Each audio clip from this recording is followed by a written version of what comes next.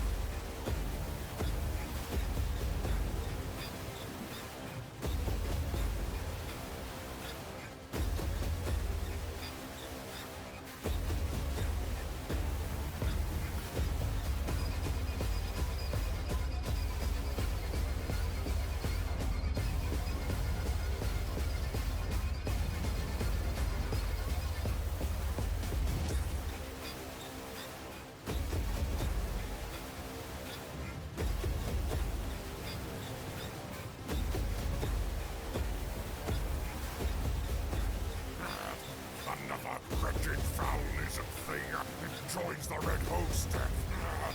Cursed Sotek spawn. I am here.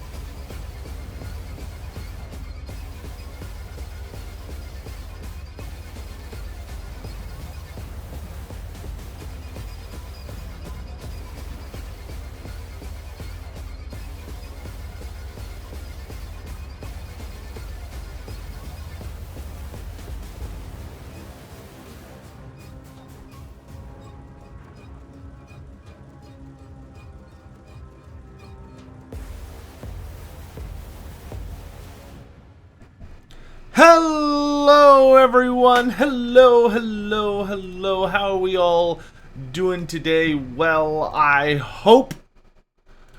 Hello there, yes, hello, I need some music is what I need. When in doubt,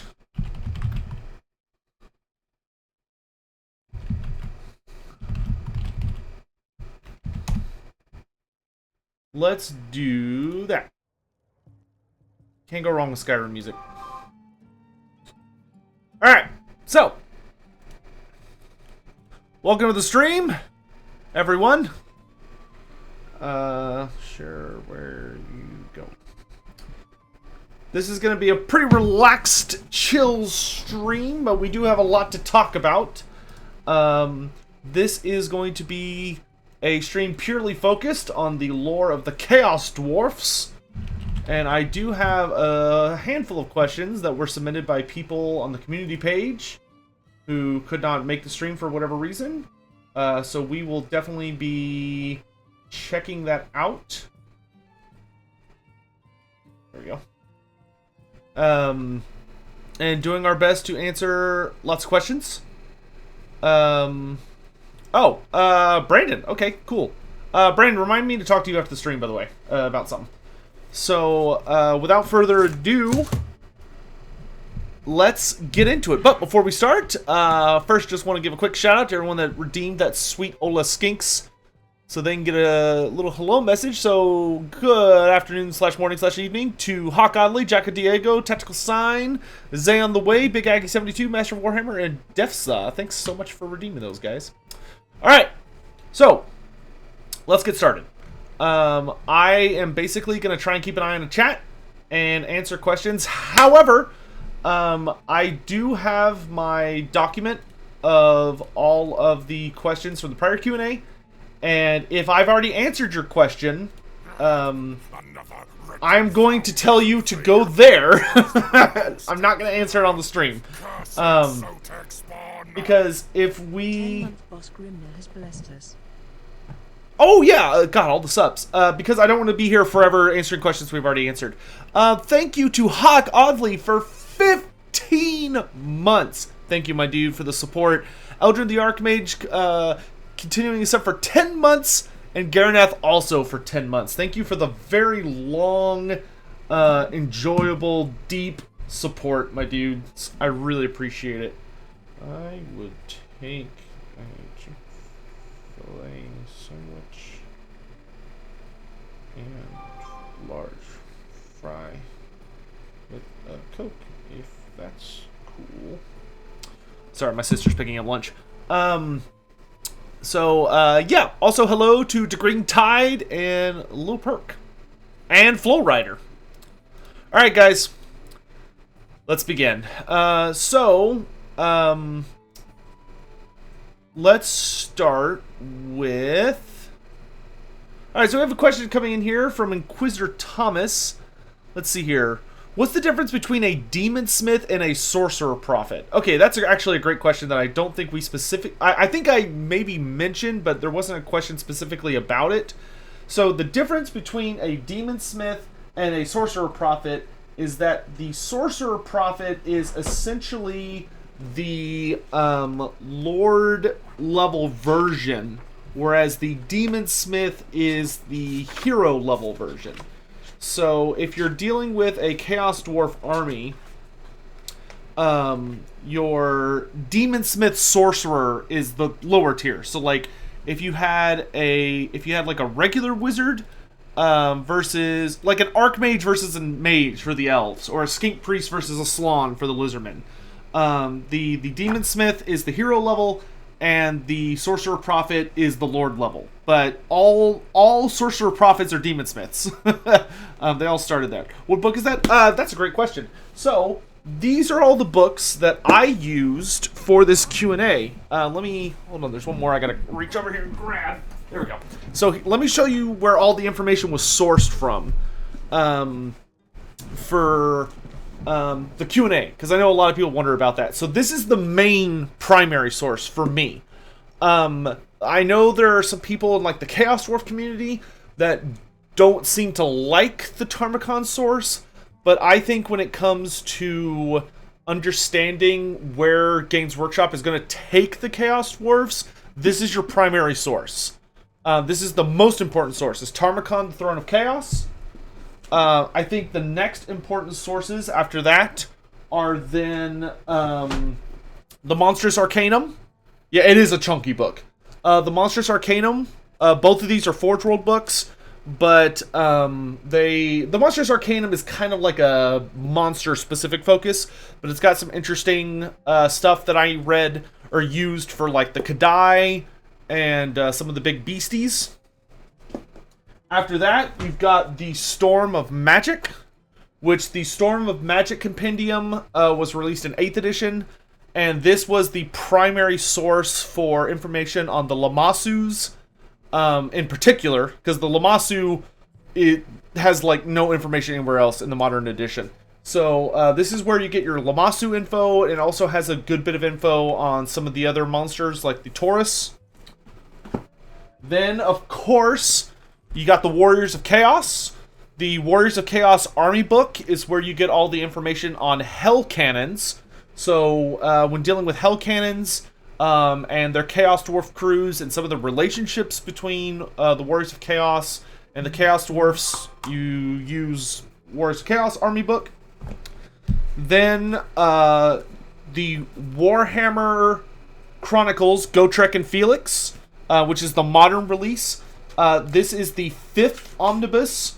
I think this is the right one. Yes. So this omnibus contains all of the Gotrek and Felix stories by Josh Reynolds. The first story in this book is called The Road of Skulls. Gotrek and Felix, The Road of Skulls, which has the Chaos Dwarfs as one of the primary antagonists, and features Gotrek and Felix fighting the Chaos Dwarfs, and has some cool little tidbits on them. Not a lot of questions were answered in that, but some. It is a relevant book. And then this is probably the most beloved book by the Chaos Dwarf community at the moment, is Wulfric. So Wulfric you can pick up. You can also... I don't think they sell this book on its own anymore, but you can pick up Wulfric as part of the Warriors of the Chaos Waste Omnibus. And the Warriors of the Chaos Waste Omnibus contains Wulfric as one of its stories. And about a third of this book takes place in the Darklands as Wulfric fights the Chaos Dwarfs. So there's an entire siege of a Chaos Dwarf mine that involves a big battle against a Thane, though it's spelled Thegn, not Thane, like a regular dwarf. He also battles a demonsmith riding a Lamassu, and a bunch of other stuff. Some of the stuff that happens in this book is a little weird by Chaos Dwarf standards. C.L. Werner is a fantastic writer. He's one of my favorite authors. But there's like 2 or 3 things that kind of like were weird choices with the Chaos Dwarf design. But for the most part, it's A, it's a phenomenal book, and B, most of the stuff is fine and is lore accurate enough. And then last, of course, is the Chaos Dwarf 5th edition army book, which is the last time they printed a Chaos Dwarf army book in Warhammer Fantasy. I don't have a physical copy of it, but I do have a digital copy, which is on my PC, because it's very easy to find if you know where to look. So that is where I got all of my information, for those that are curious. Those are the 1, 2, 3, 4, 5, 6, 7 sources that I used for the Chaos Dwarfs. Actually, there's one more. The 8th source that I used was the Warhammer Fantasy Roleplay 2nd edition expansion called The Tome of Corruption. The Tome of Corruption had quite a bit of information, very detailed information about the Chaos Dwarf history, and it actually made it possible for that history to make sense. So I also do have to give massive props to the Warhammer Fantasy Roleplay 2nd edition expansion, The Tome of Corruption, which expanded all the Chaos races and all the evil races like the Dark Elves and the Chaos Dwarfs for that game, and also made them playable, so you could play an evil campaign in Warhammer 2nd edition. Also, big welcome to Book of Woe, Adarak, and Ikatauka. Thanks so much for redeeming that, my dudes. All right. So let's get into questions. Mods, I will probably need your help today. I'm going to do my best to get all the questions in chat, but no doubt people are going to be asking questions and I'm going to miss it because I'm answering a different question. So if we could try and keep track of who's asking questions and help me be able to answer those, I would really appreciate it. That way someone isn't just spamming it and gets like super butthurt because I don't see it a few times. And I would ask everyone to be patient as I try and work my way through the questions. All right, so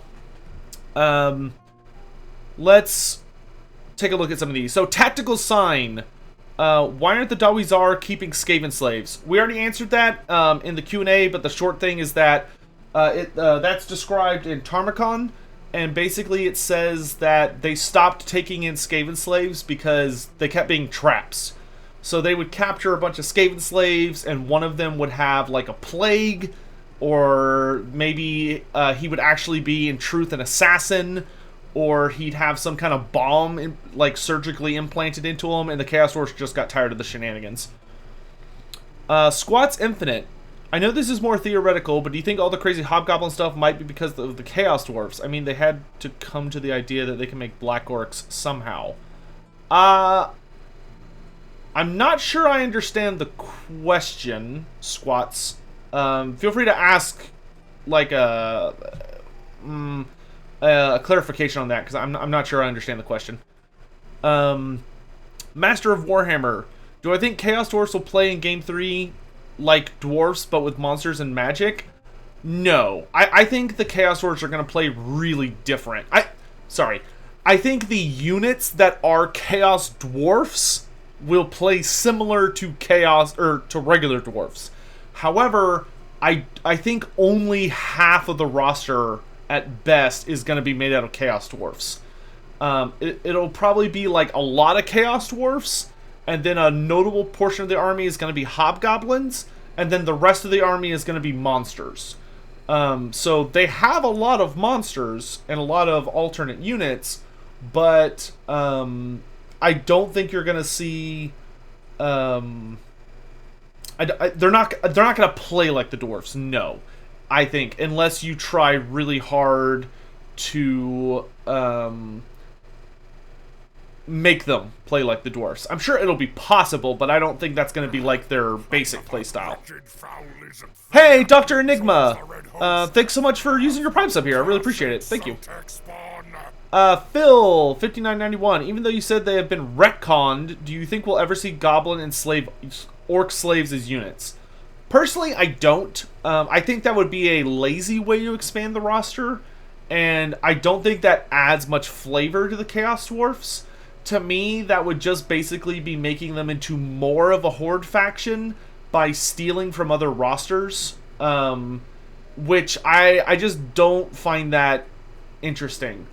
Like, the whole thing about having slave orcs and slave goblins is that you basically just start stealing from the greenskin roster, and how, like, you'd have to make a difference between them, which in my opinion means that you would need to, like, debuff the slave units because, like, you know, they're not kept in ideal conditions. But that also doesn't really seem to fit the way the Chaos Dwarfs like to handle slaves. You know, like, for Skaven, it makes total sense that the Skaven are just, like, you know, just throw all the slaves out there. Just, like, get a bunch of meat stuff between us and them. The Chaos Dwarfs' entire empire revolves around having a lot of slaves, and they go through slaves very quickly, and the only reason that they... Oh, sorry, guys, 1 second. Hello?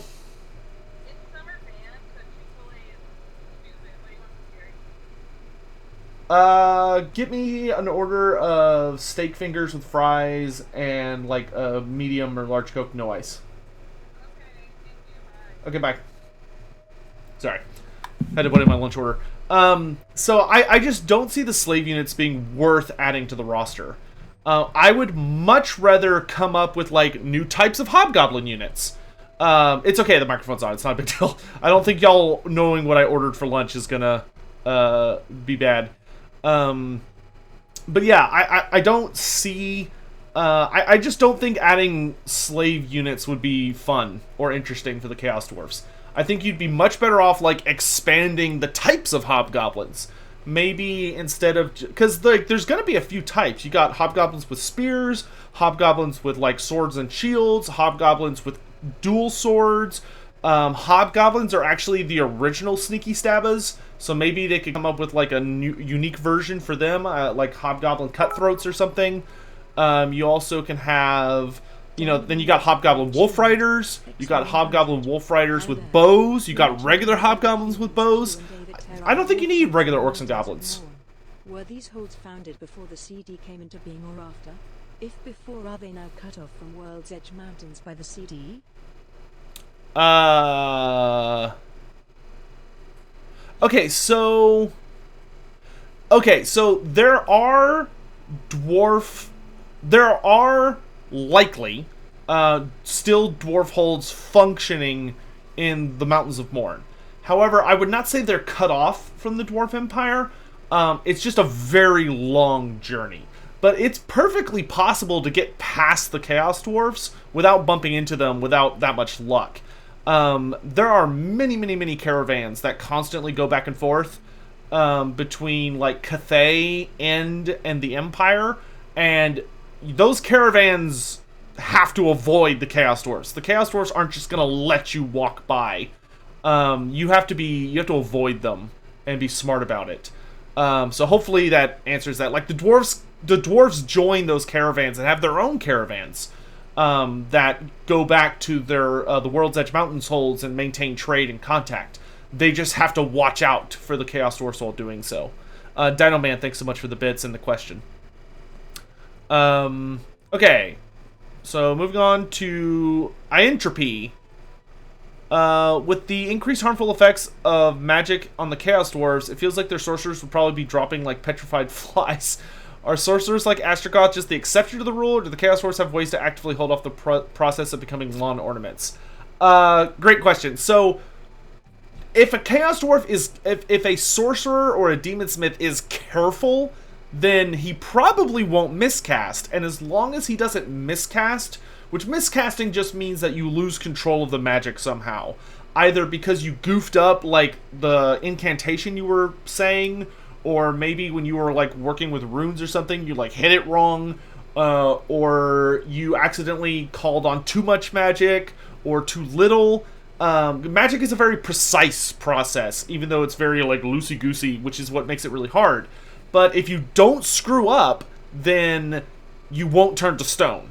So most Chaos Dwarfs are very careful about how they use magic. So as long as you're cautious and not overly ambitious, then you won't turn to stone. But most Chaos Dwarf sorcerers have lost, like, bits and pieces of themselves to the curse. Like, maybe they've lost a foot, or some fingers, or a hand, or something.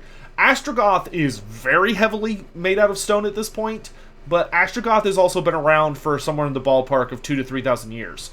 So, like, he's made it pretty far. Generally, though, I wouldn't say they drop like flies, but they do lose sorcerers on a decent basis. I wouldn't say they lose, like... I would be surprised if they lose more than 10 a year, but I'm sure that there are bad moments where some of them try and be cooler than they should be and get murked by magic. Schommenheim. Now that we have Warhammer the Old World on the horizon, do you think we'll see Chaos Dwarfs for the Old World and AOS? Yes. I think the Age of Sigmar Chaos Dwarfs will also be usable in Warhammer the Old World. Absolutely. Organic Corbust. If Hatchet isn't a true Chaos God, if instead he is something else entirely, why do Chaos Dwarfs use the Chaos Insignia like the 8-pointed star? That's a great question. It could be that maybe, like we talked about in the video, Hatchet is related to Chaos or has a strong relationship with it. It could be that maybe... Hatchet, like, because Hatchet uses the Realm of Chaos as a significant influx for his power, because he understands how to manipulate it, which is how the Chaos Dwarfs drag demons out of it. It could be that he has some kind of intrinsic relationship with it, and Hatchet either views Chaos as a way to power, or Hashit understands the nature of godhood, and that he understands that the Chaos Dwarfs worshipping him as a Chaos God will literally empower him as one, in which case maybe it's intentional, or maybe he's just a Chaos entity, that the Chaos Dwarfs figured that out eventually.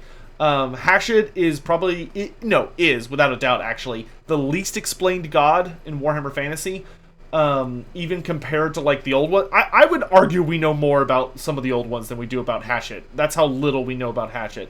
But I would say that's a huge point in the team of, okay, Hashit had to come from Chaos in some shape or form. But it just depends on how you look at it. My name is Jim. Is there an origin for Hashit? We talked about that. You can check it out in the last episode of the Q&A series, the one titled Finale that has Hashit in the title. Go watch that. How strong would an item be if they were able to use the likes of Bellicor or Nakari? Ooh, they would be... Noah, thanks for that question. That's actually a really good question. It would be beastly. I mean, that would be like Slayer of Kings level of item.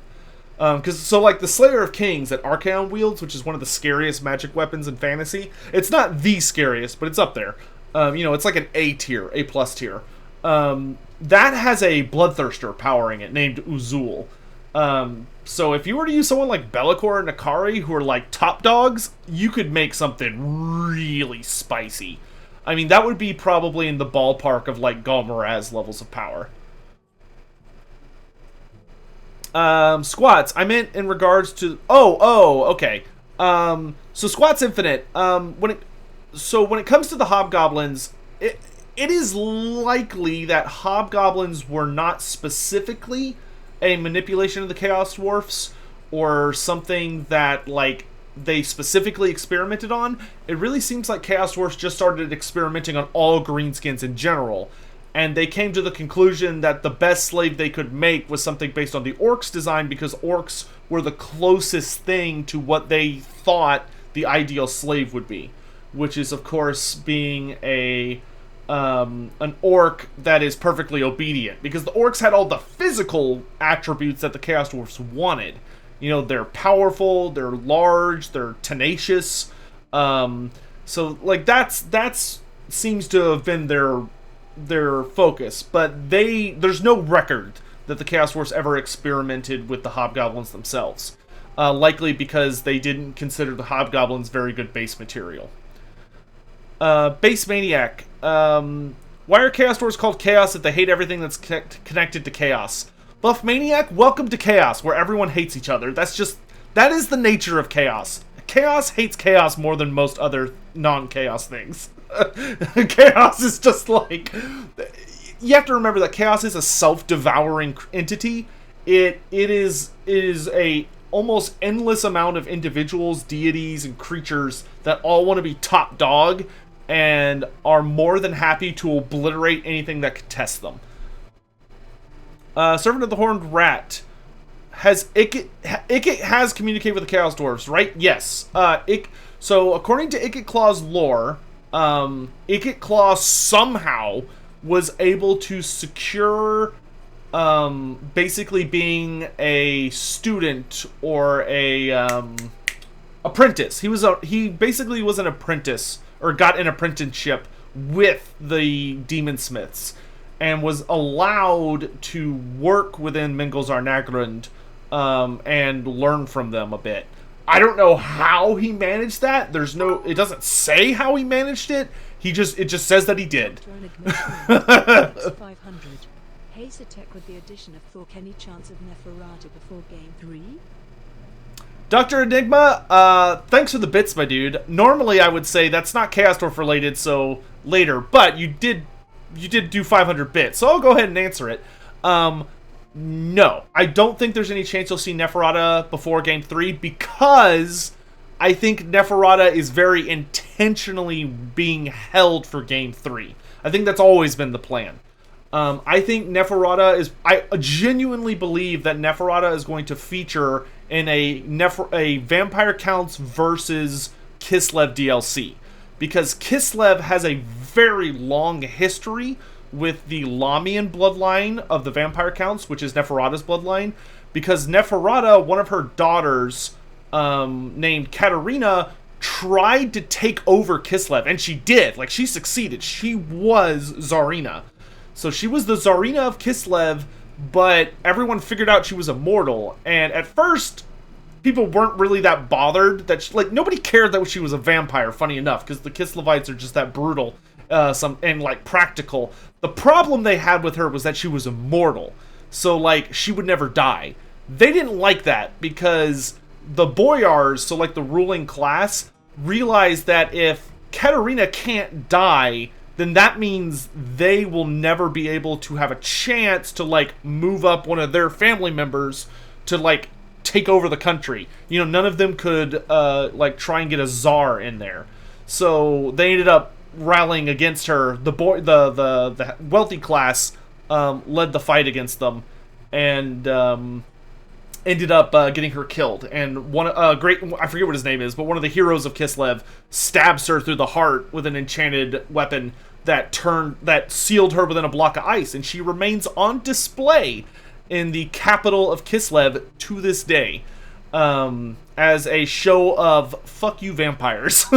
So I think Neferata having the opportunity to have, like, a showdown with the Kislevites, who are not afraid of Lamians and understand Lamians, would be really cool.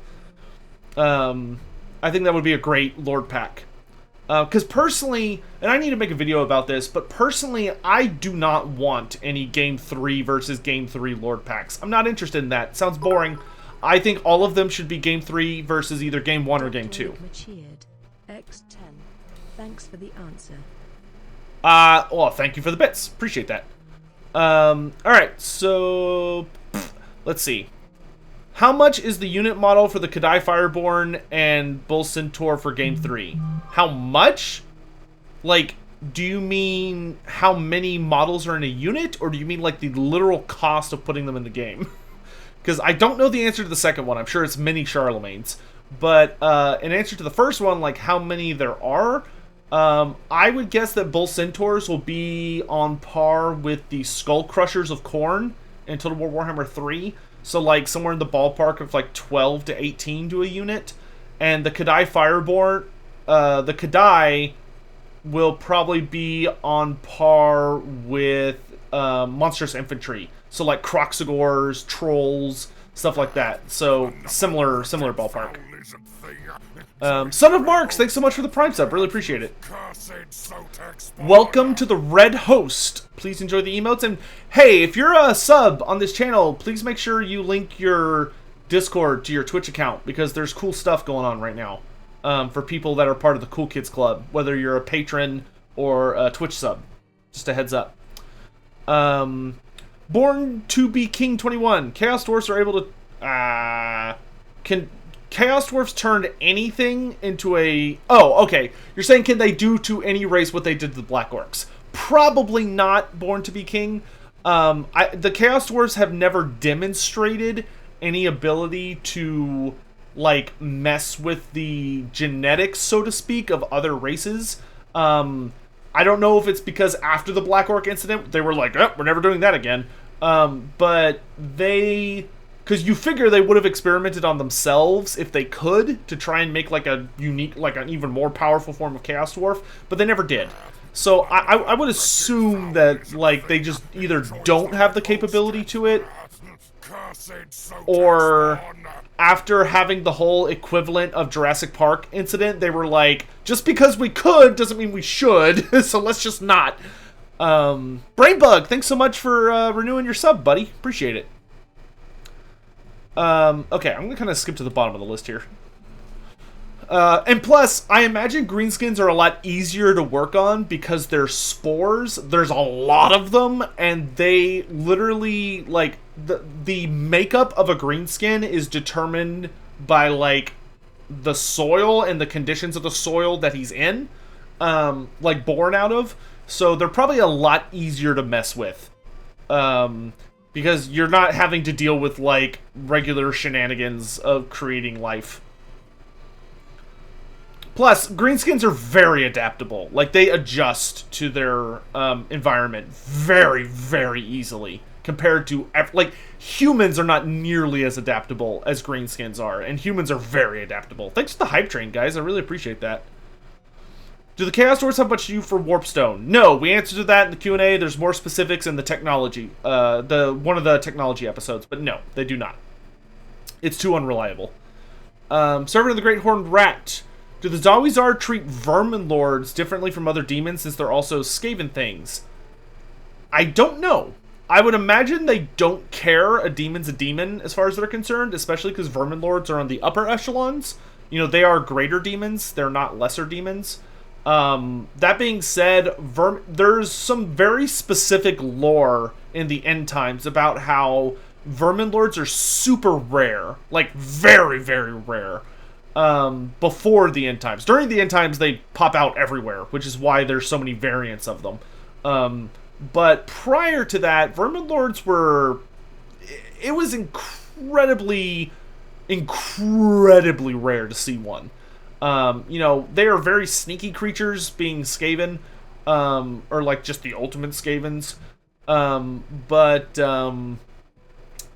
Yeah, I don't see that. I don't think the Chaos Dwarfs have really had a lot of experience with Vermin Lords. I'm sure if they had the opportunity to capture a Vermin Lord, they would happily do so, though. I mean, I am, like, a demon's a demon. You could probably make something very useful out of a Vermin Lord. Alright, let's see. Any other questions? Have I seen the new Ambassador? Jack Diego, that's not super relevant to this stream. I'll talk about that later. Follow-up question to my Demonsmith Sorcerer Prophet question. How exactly does a Demonsmith rise in the ranks? To ascend the ladder of the Priesthood of Hashut is based on how powerful you are, first and foremost. Age is also a large factor, however. So, like, the older you are, the more authority you are, like, innately given, and the more respect you're innately given within the Priesthood of Hashut.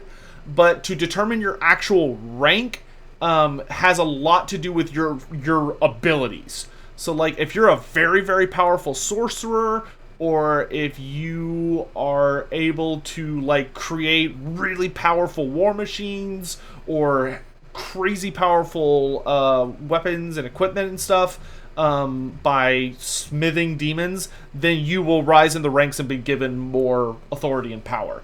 The thing to note about Chaos Dwarf Sorcerers is that it's not just like a random ladder where, like, you just get points and then they're like, here's your gold star, you're now a Sorcerer Prophet. There is, like, a limited amount of authority, because every Sorcerer Prophet and Demonsmith is given chunks of the Zarnagrad Empire. So, like, you get pieces of the city or pieces of the Darklands that you are responsible for. And there's only, like, as they conquer and expand, that generates more territory to be handed out. But however much territory there is available, 100% of that is controlled by somebody. And it's divided up between all of the Priesthood of Hashut. And so if you have a lot of authority and control and power, then yeah, absolutely. Like, say for instance a Demonsmith is in control of a mine, a small outpost, and a particular section of the Darklands. Someone attacks, like, let's say, like, an army of greenskins attacks his mine, and not only does he lead his army to victory, defeating the greenskins and taking minimal losses and damage, but he also captures a ton of them and makes them into slaves. So he has, like, done really, really well. It is very likely that the next time that the priesthood meets up, which they seem to meet very frequently, because he has performed very well, he will be given more stuff, more responsibilities. And as long as he can demonstrate that Hashut favors him by being able to cast a lot of sorcery, or forging demon engines, or various magical items, then he would then be promoted until he reached the rank of Sorcerer Prophet. And then, of course, at that point, he would be competing against the Sorcerer Prophets for exact ranks.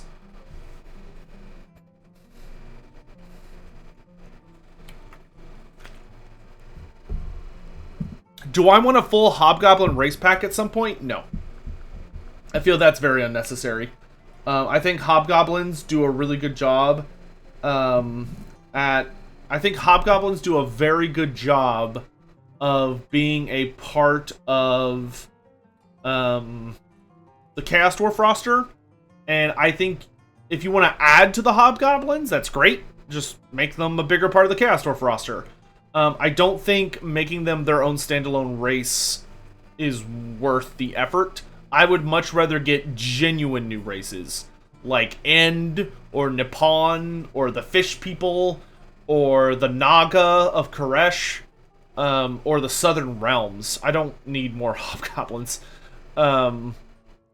Like, just give me a Hobgoblin Legendary Lord, sure. But I don't need an entire race. No, that's too much. That's like I feel like that's asking, like, oh, do you want a race pack for Night Goblins? Like, no, they're fine as being part of the Chaos Dwarfs. If you want pure greenskins, go play greenskins. But that's just my opinion on that particular issue. Let's see. Are there any favorite mutations of Chaos Dwarfs? They're like, all Chaos Dwarfs have tusks, and it seems that they very highly prize their tusks, but mutations do not seem to be particularly favored or disliked. Like, I think they're genuinely seen as blessings by Hashit, but Chaos Dwarfs are also a very practical people, and mutations can often cause more harm than hurt. Or, sorry, more harm than help. So, they just don't seem to care very much about mutations.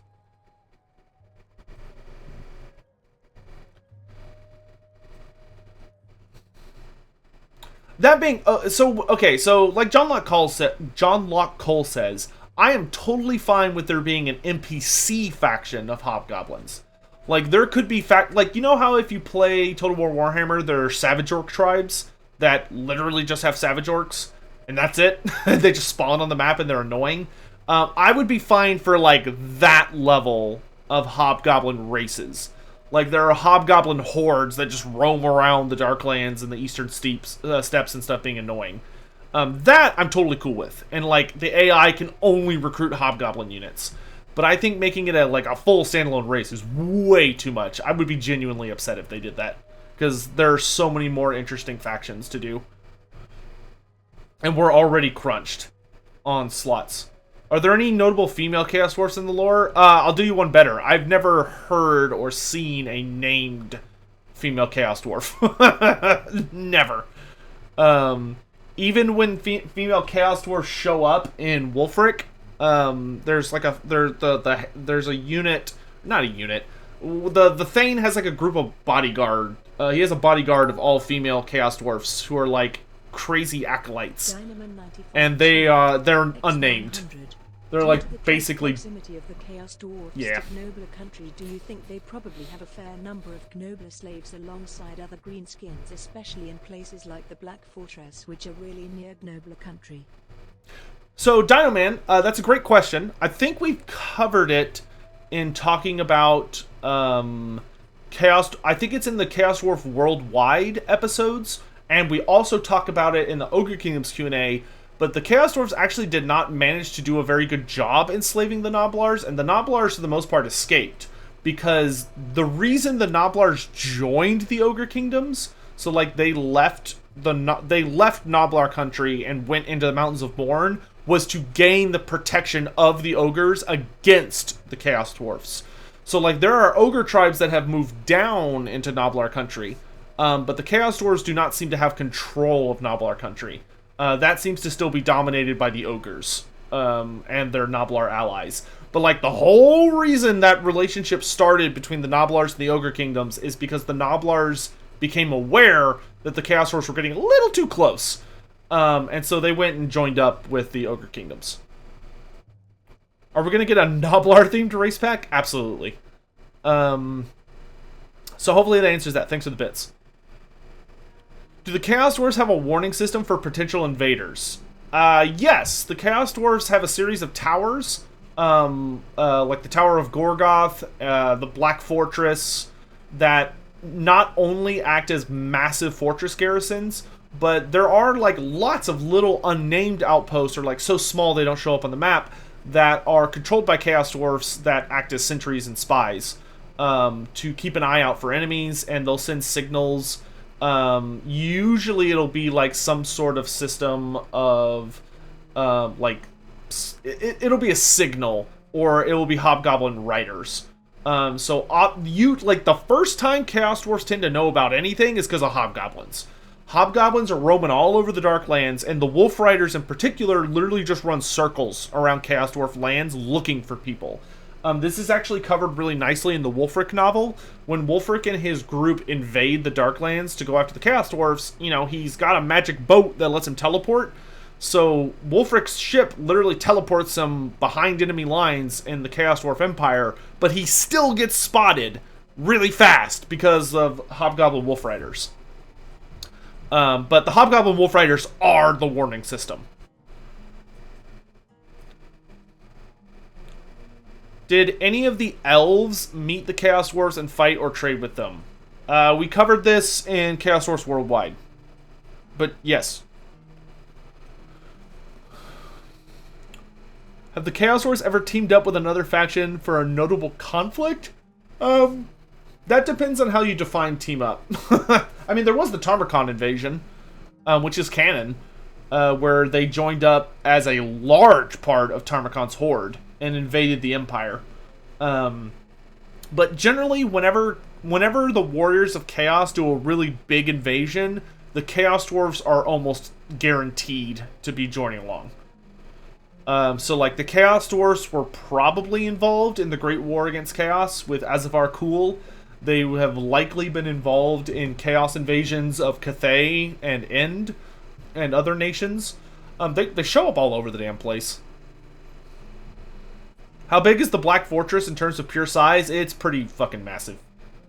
The buildings, the constructions of the Chaos Dwarfs, they only have 4 major cities. But those 4 major cities are huge. Because the Chaos Dwarves use sorcery to build their buildings. So they're, like, impossibly large. Like, they're hysterically large. And that's before considering the literal miles of tunnels that go underground. What is the most common gunpowder weapon the Dawizar will take to the battlefield? Fireglaives. Which Fireglaives are... They are halberds that are also rifles. Very popular weapon among the Dawizar. Which is actually one of the YouTube questions, which is, what is a Fireclave? And a Fireglaive, it's literally a halberd that's also a gun. That's the TLDR. Let's see, I think they have a specific... Don't they have like a note about it in here? Where can I find it?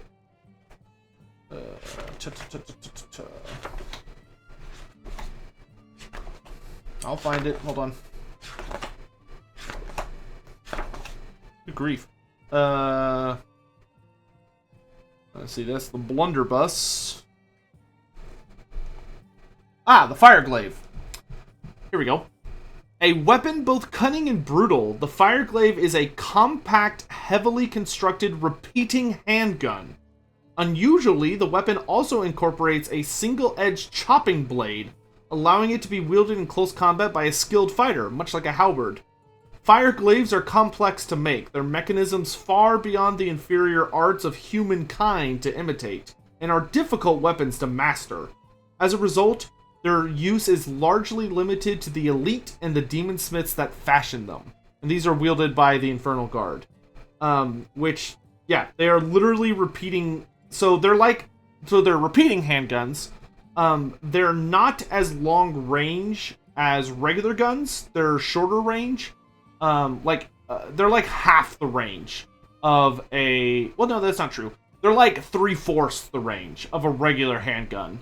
By like a Dwarf Thunderer. But they hit just as hard, and they also are halberds.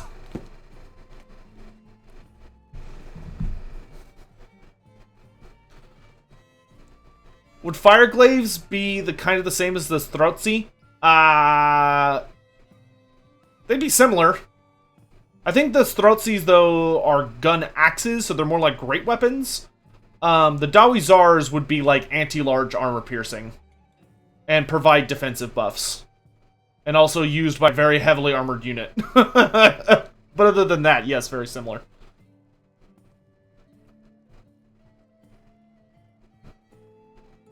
Dr. Butsy, we cover that in Chaos Dwarfs Worldwide. The Dawizar abandoned their weapon tattoos because of spite or practicality. Both. The Chaos Dwarfs abandoned traditionalism because the entire concept behind dwarf traditionalism is the idea that if it was good enough for the ancestors or good enough for the ancestor gods, that it's good enough for us. Like, they operate under the ideology that everything used to be good and now everything sucks. So we should aspire to be like we used to be because things were better back then. The Chaos Dwarfs look at that and go, that's idiotic. We're gonna keep making things better because fuck the ancestor gods. They sucked. So they just don't have that holding them back. Do the Hobgoblins have any monsters? Not that I'm aware of. Games Workshop did put out a recent article where they made reference to something called a Hobhound, but a Hobhound is probably just like a dog creature. I imagine it's probably just like, maybe that's just what maybe they're gonna like retcon it where instead of writing on giant wolves, they write on something called Hobhounds, but I don't know what the hell those are. It just, just depends. What changes is Games Workshop going to make to the Dawizar for AOS to Fantasy? Well, we know we've had it confirmed that Hashit is still alive in AOS. I talked about that in the last episode, the bonus episode. So with Hashit still around, I think the Chaos Dwarfs are going to be very similar to the way they used to be. They're probably just going to get a larger range. So probably just bring back all the more basic troops. So like warriors. Bring back the Immortals, which the Immortals were like the super elite unit that were more.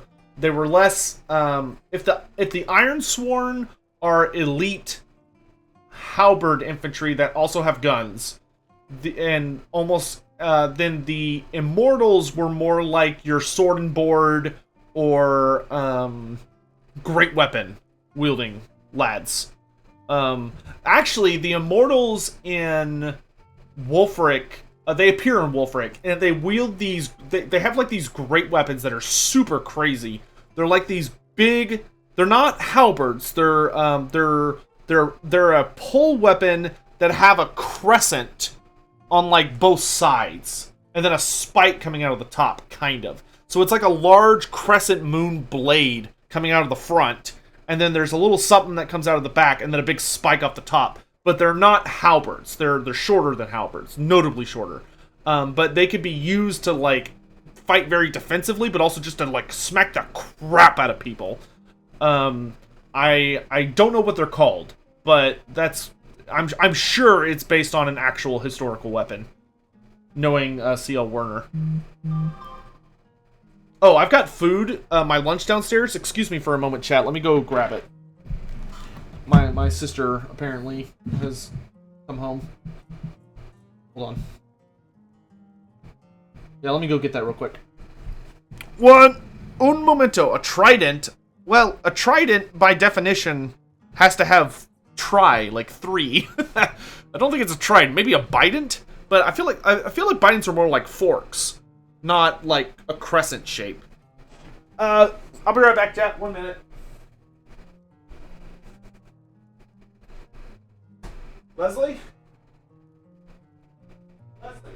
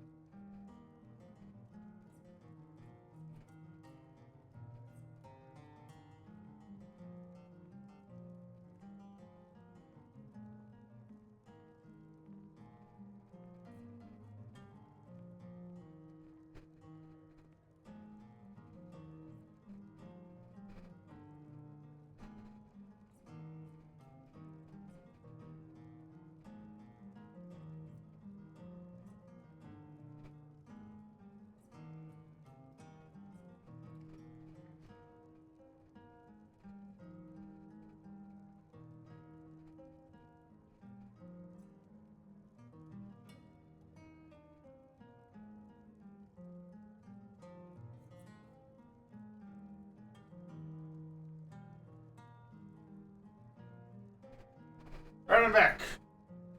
I have returned. I've got Dairy Queen. You dare rebel?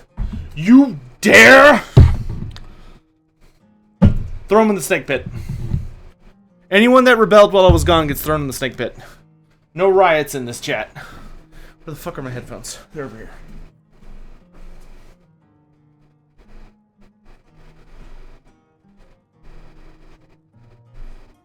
By the way, just a quick heads up. If anyone has not heard, there is a video on YouTube. I'll be doing a reminder. There's a video on YouTube that I'm doing a giveaway. If you would like to win a Be'lakor model, this is still sealed. It's a very expensive mini. If you would like to win a Be'lakor, either for your personal collection or for tabletop or D&D or whatever, I don't give a shit what you do with it. Make sure to go check out the YouTube channel. There's a video where you can figure out how to win it. But, yeah, just a reminder. Not a lot of places you can win a Be'lakor model. Alright, back to questions. Not the pit again, please.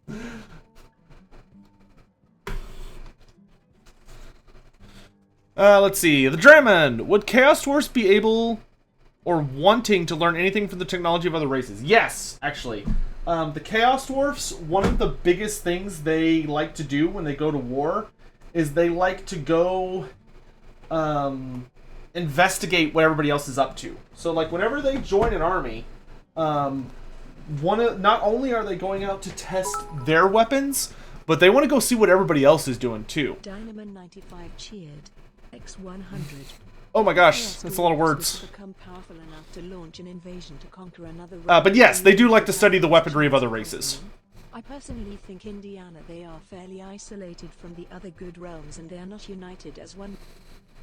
Okay, so Dino Man, if the Chaos Sorcerer become powerful enough to launch an invasion to conquer another realm, where do you think they'd have the best chance of conquering? I think End. They're fairly isolated from the other realms of men, and they're not united into one nation, but are many kingdoms. So even if they couldn't take over the entire whole of End, they'd have a good chance of conquering some of the northern kingdoms, or at least turning them into tributary states. I agree, Dino Man. I agree, 100% actually. I think if the Chaos Dwarfs were going to launch an invasion, I think they would invade End. From a practical standpoint. Knowing Games Workshop, they would invade the Empire because Games Workshop doesn't like to talk, just doesn't like to deal with anything that far east. But I think from a practical lore standpoint, they would absolutely invade End as the nearest enemy nation. That being said, they would not be able to effectively invade End unless they could deal with the ogres. The Chaos Dwarfs would need to get the ogres on their side. Either by bribing them to make the ogres good mercenary friends or something, because you cannot get to End very easily without dealing with the ogres, and the ogres are not super fond of the Chaos Dwarfs, especially the southern ogres. Hey, Malarkey, how you doing? Hello, thank you for coming to the stream. Also, I'm going to be eating, so I apologize in advance if it's, noisy. What a weird-looking ketchup packet. But this is just literally a chill question stream. Whoa! Thank you for the wall redeem. That only hurt my ears a little bit. Hey, Louie. Trying to get y'all to spend all your damn channel points. I'm trying to figure out how much of that people have saved up. Is it tasty? Of course it's tasty. It's freaking Dairy Queen, dude. Don't sleep on Dairy Queen. Dairy Queen is delicious. And you could find it anywhere in Texas. Hunt down those lizard trinkets. Yes! I don't know what trinkets I'm hunting down right, but sure. I'm working on it. There we go.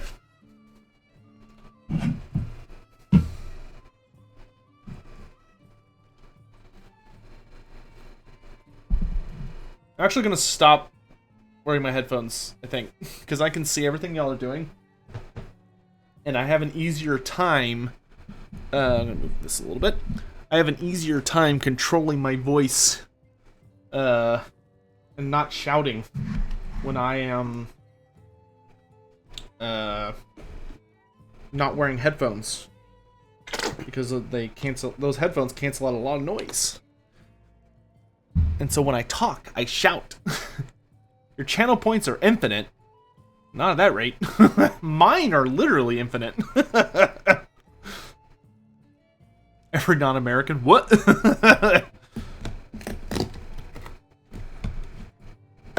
How can the Game 3 Mortal Empires work without Chaos Dwarves at launch? Rustpaw, did you play Warhammer 1 when it was released? If so, I think they'll do the exact same thing they did with the Wood Elves. So for anyone that doesn't remember, the Wood Elves were not released in Total War Warhammer 1 until I think it was like half a year after the game came out or something. Yeah, same thing with Skaven too. Like, you just couldn't go into Athel Loren. It was just you just couldn't go there. It was just an empty land. Or like you couldn't even walk in there. But there have been times where like Skaven Blight was like kind of on the map, but it wasn't a settlement or anything. It was just empty space. And they'll just do the same thing. Like where the Chaos Dwarfs will be, they'll probably just put like either it will be territory you can't interact with, like Athel Loren was, where like you just can't go into it, or they'll pull what they did with the Skaven, where it'll just be ruins. Like, and not like a ruin you can explore, but just like something you can kind of see on the map, but it's not interactable. I think they'll do the same thing. You can easily get around the Chaos Dwarfs in Game 3. The Chaos Dwarfs Empire is very small because it's only really centralized around 4 settlements. It's not that hard to avoid them.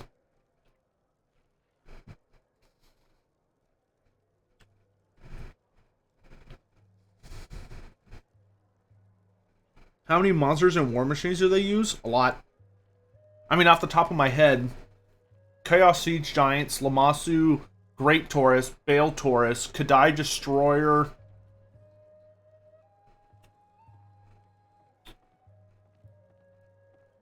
Iron Demon. Though I don't know if you'd count an Iron Demon as a machine or a monster. I mean, it's kind of both. So that's 6 monsters off the top of my head. And then there's also, for war machines, you've got Dreadquake Mortar, Magma Cannon, Death Shrieker Rockets, Hell Cannons, Hobgoblin Bolt Throwers existed back in the day. Iron Demon again. So about 6 of each at minimum.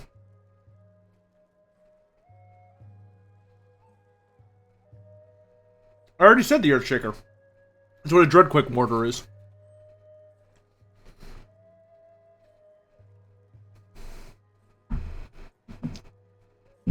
Oh, that Coke tastes terrible. Dr. Pepper.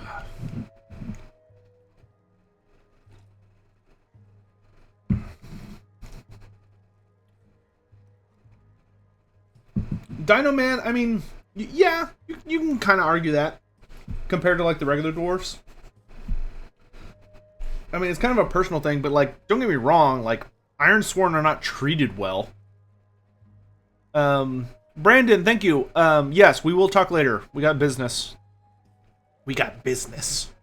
Things are happening.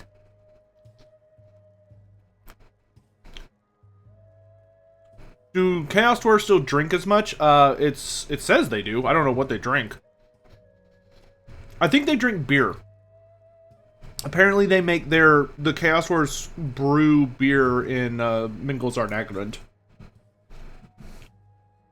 I don't know where the hell they get the hops from or whatever it is you use to make beer.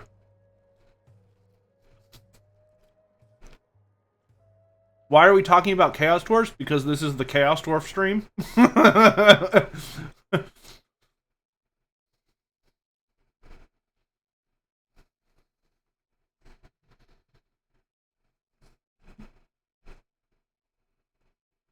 Don't get super excited. There was no, like, announcement or anything. This is the finale to the Chaos Dwarf Q&A series. How similar are demon-bound weapons to, like, Valkia's shield? Ooh, man. It depends so much, dude. So, the thing about Valkia's shield, compared to, the Chaos Dwarfs would not make something like Valkia's shield because it's a little bit less, Valkia's shield was like a god gift from Khorne, to immortalize one of her victories, but it's not something easily reproduced, and the Chaos Dwarfs like to have a lot of control over their creations, and plus that shield is, like, bound specifically to Valkia. I would say it's a lot more raw than anything you'd see the Chaos Dwarfs produce. The Chaos Dwarfs are not going to make something, more than likely, that has, like, a living demon on the surface of it spitting at you and cursing at you and all the shit that Valkia's shield does. It's going to be more like a elegant but brutal weapon that has a demon contained within it to power it. Like the Demon Flask or something along those lines.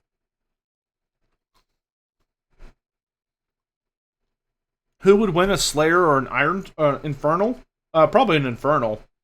Slayers are cool and all, but they're naked, mostly. Like, they're not allowed to wear armor, and they specialize against monsters. Infernals wear very, very, very heavy armor and have guns. So, I would say 9 times out of 10, the Infernal's going to take it. And most Slayers don't even use ranged weapons either. How many names do the Dawizar have? What do you mean by names? Like, things that they're called? Dawizar, Thrathzar, Children of Hashut, Chaos Dwarfs, like 4.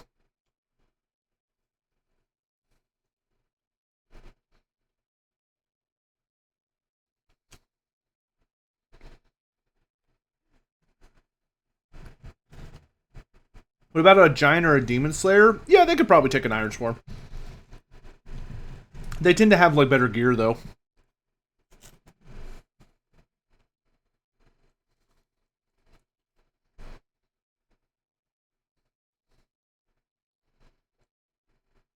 Are the Harridans more equivalent to Dwarf Slayers given their lack of armor? Yeah, I guess. I mean, the Harridans wear bronze breastplates, so they have a tiny bit of armor. But in the Wulfric book, like, they have breastplates, but it literally does nothing for them. Like, they just die whenever someone looks at them. Like, they kill a few guys, but... Yeah, I'll take care of it later, don't worry about it.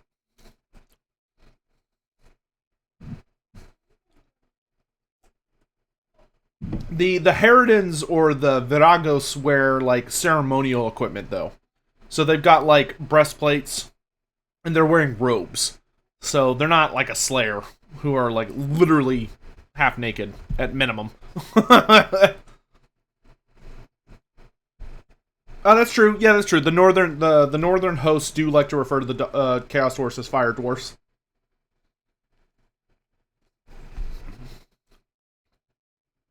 They weren't boob plates, no.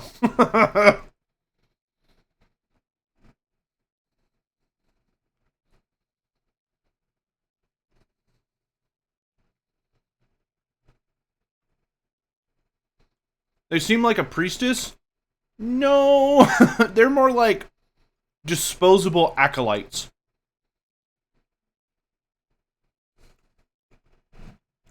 There's a perspective from the Chaos Dwarf bad guy of Wulfric's novel about the Harridans, and when he talks about the Harridans, he refers to them as less than slaves. Like, because they're that useless to him. Or I think he says almost less than slaves. But he could not give less shits. Because they are women past childbearing age. So from his perspective, they are literally useless. which is pretty brutal, but that's also why he's an asshole.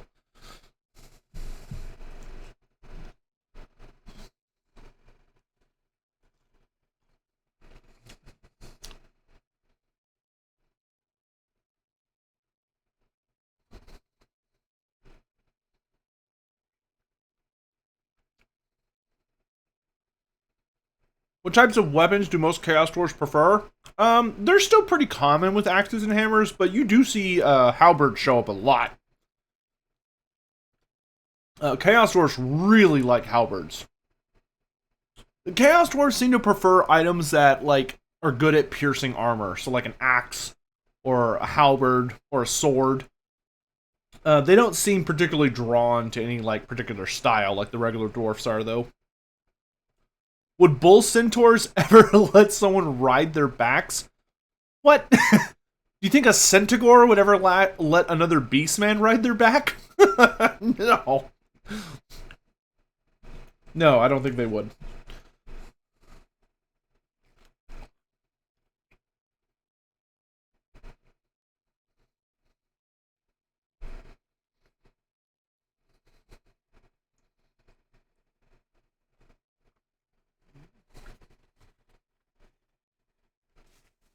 Plus, I imagine when you're like a centaur-like creature, because you already have that additional upper body, I imagine having someone trying to ride you is probably like super not cool.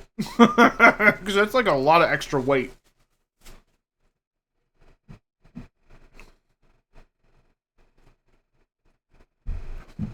And you're already kind of a freak of nature.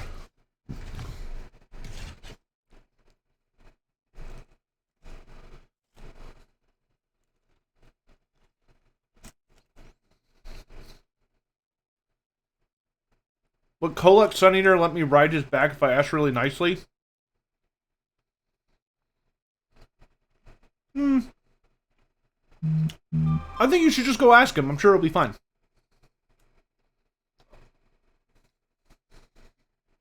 What's the worst that could happen, right?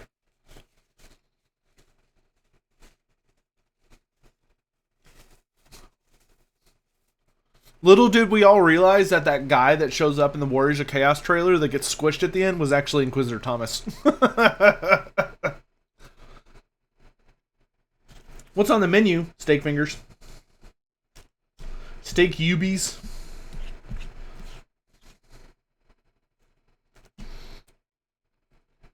Could a Kadai be up a Dreadsaurian? No. Could a Kadai Destroyer?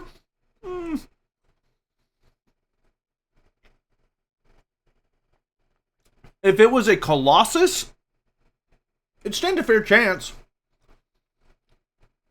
Is the lore of Hashid a corruption of the lore of fire? Kind of. It's like, I would actually say it's more of a corruption of the lore of death. But it pulls very heavily from death, shadow, and fire. It's just a really nasty lore. Super nasty. The lore of Hashid is easily one of the scariest lores.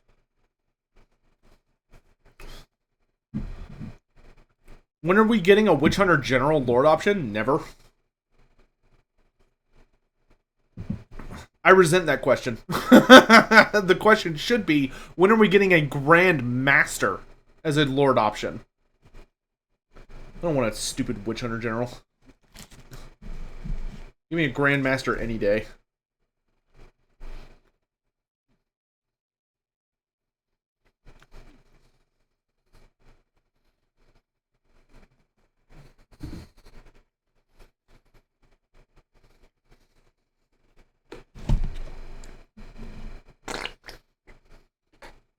You want mage lords? That's true. We do need wizard lords. Are Witch Hunter Generals a thing? Yeah, they exist. But they would not be anything worth having more than a... We don't need them in Total War. Grandmasters and Wizard Lords are much more valuable. What's a Grandmaster? Grandmasters are the Lords of the Knightly Orders.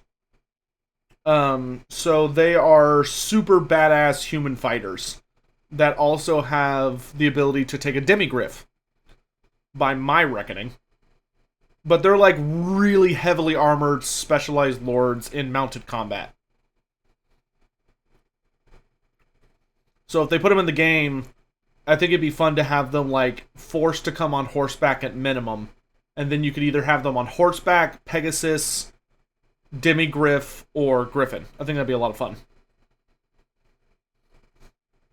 But we need wizard lords first. Wizard lords need to be the next lord for the Empire.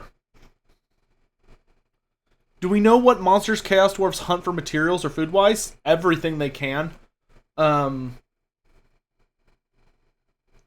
Literally everything they can. Food-wise, they probably rely more on trade with the ogres and then the farming that they do in Zarnagrund. But, if you're going to hunt a beast to eat it in the Dark Lands, not a lot of great options, to be honest. But, I mean, the Chaos Dwarfs are kind of noted as being, like, fairly cannibalistic in the sense that, like, they eat people kind of stuff. Or greenskins and stuff like that. Like, I don't think they're picky.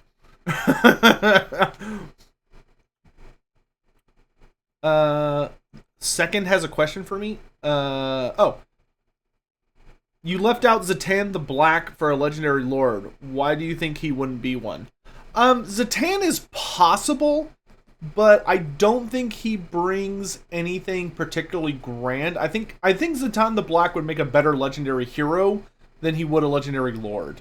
Like, the thing about Chaos Dwarfs is, like, the big guys that lead their armies, or lead their factions, are Sorcerer Prophets. And for Zatan, I think you're dealing with, like, either you could have Zatan the Black, who is a regular Chaos Dwarf Lord. So he's like a Sorcerer Prophet, but he doesn't have any magic. Or you could have a Bull Centaur character, which is really cool and unique. Or you could have a Hobgoblin character, which it seems like a lot of people want. And I think having, like, Drassoath the Ashen as, like, classic Chaos Dwarf Sorcerer, able to take big monster mounts. Astrogoth Ironhand having the big mecha suit and kind of being like the Thorgrim Grudgebearer equivalent. Then Hobgoblin special character, and then Bull Centaur special character. That's a really good lineup. You could always add in Zatan the Black as like a bonus legendary lord later. I just don't think he would be as interesting in the starting lineup. Who is Zatan the Black? I have an episode about it in the Q&A. Under meta and design questions. You can go watch that. How tender could you get greenskin meat?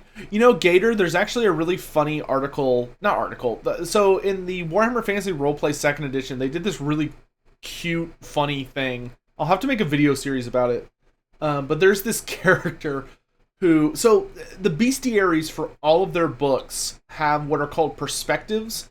And the perspectives basically include sentences or paragraphs that are like in universe quotes from various individuals about whatever the creature is. And there's this super funny character that shows up sometimes who's a greenskin shaman. He only shows up a few times, but when he, like, to be interviewed, I don't know how they interview him, but they're interviewing him. And there's this quote from him about humans and greenskins, and what he says is something along the lines of like, God, what does he say? He says something along the lines of like, I don't think the hatred between greenskins and humans is really like that bad or that deep. You know, it's like we have like a friendly relationship where we fight each other, we kill each other, and we eat each other. And there's like this weird pause, and then he's like, what do you mean you don't eat us? Like, he's like genuinely insulted that the humans like think it's gross to eat greenskins. Because the greenskins have just assumed that it was like a good nature relationship where the humans were also eating them. Because, you know, greenskins will eat people, like, they don't care. But they always just assumed that people ate greenskins as part of that back and forth relationship.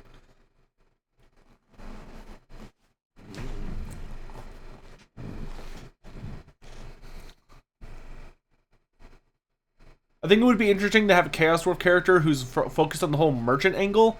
I mean, the only thing they tend to merchandise is, like, slavery. Which you're probably just dealing with, like, Drazoath at that point. Do I think Astrogoth will get a redesign to make his suit more impressive? Yes, I think Astrogoth will get a vastly upgraded suit.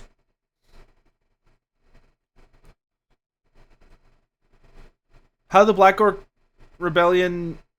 Shira, we have an episode dedicated to that in... I think it's under History. Or Culture. Or Warfare. No, it's under... it's kind of spread out in a few places, but we covered that pretty heavily.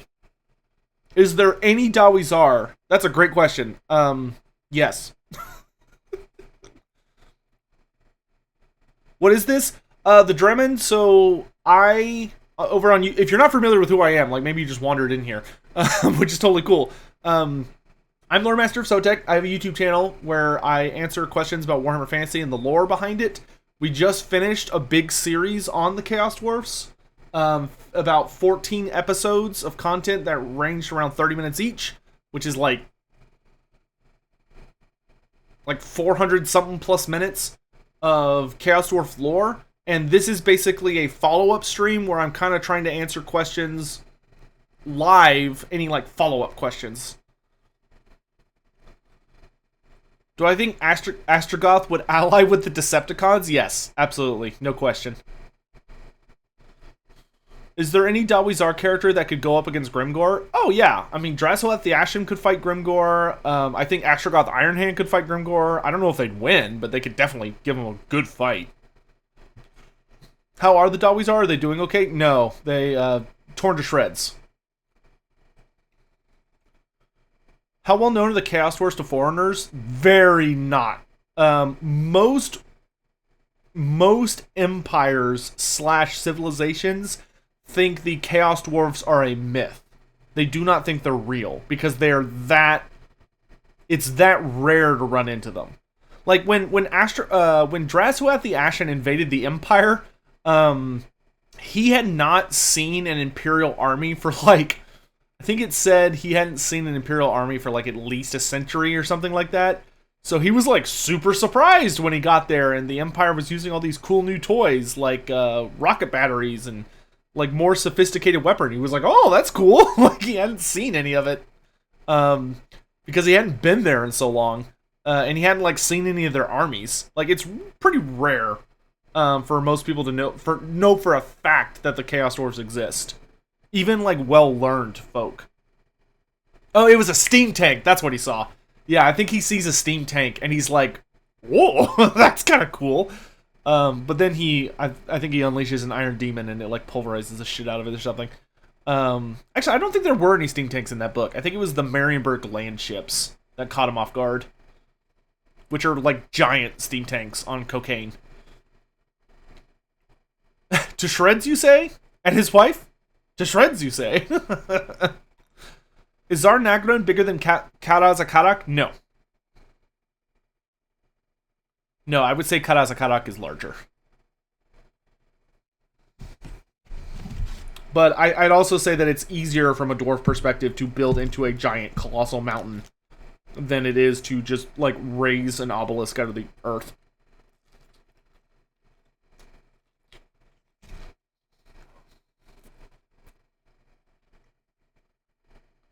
Why don't the Chaos Dwarfs have a steam tank? They do! It's called an Iron Demon. It's like a giant train.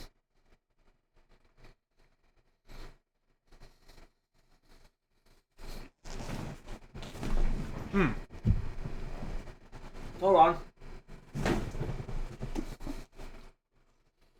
Where's that page? Oh.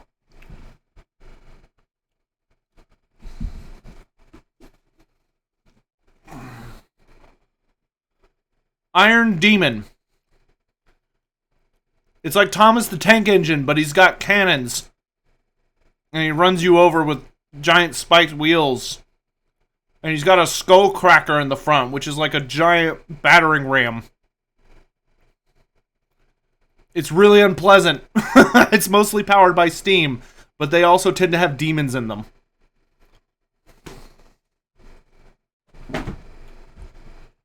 That's the Chaos Dwarf answer to a steam tank.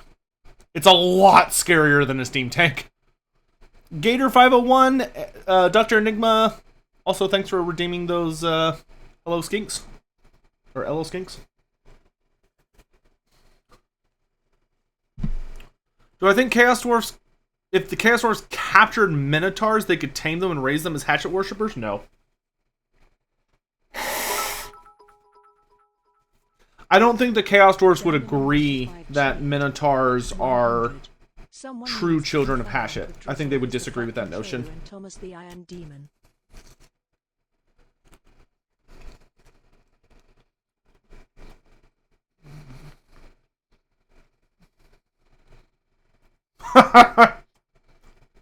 Yeah, that'd be fun, Dino Man.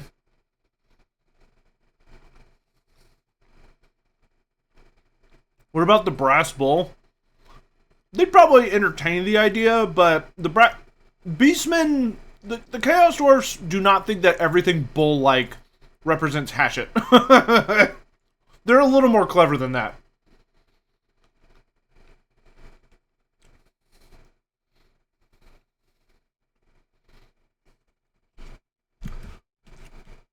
And the thing is, like, the Chaos Dwarfs are everything that Beastmen despise. Like, I think I know the Beastmen would hate the Chaos Dwarfs more than they hate most anything else. The Chaos Dwarfs literally just want to burn down everything the Beastmen like. Lizard thing joins the red host. Cursed Sotek spawn. From a lizard god's television to a lawmaster of another one. Hey, Haunty TV, thanks so much for renewing your Prime sub.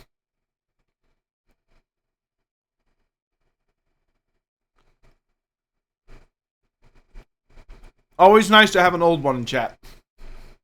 Even if he's watching me on his television.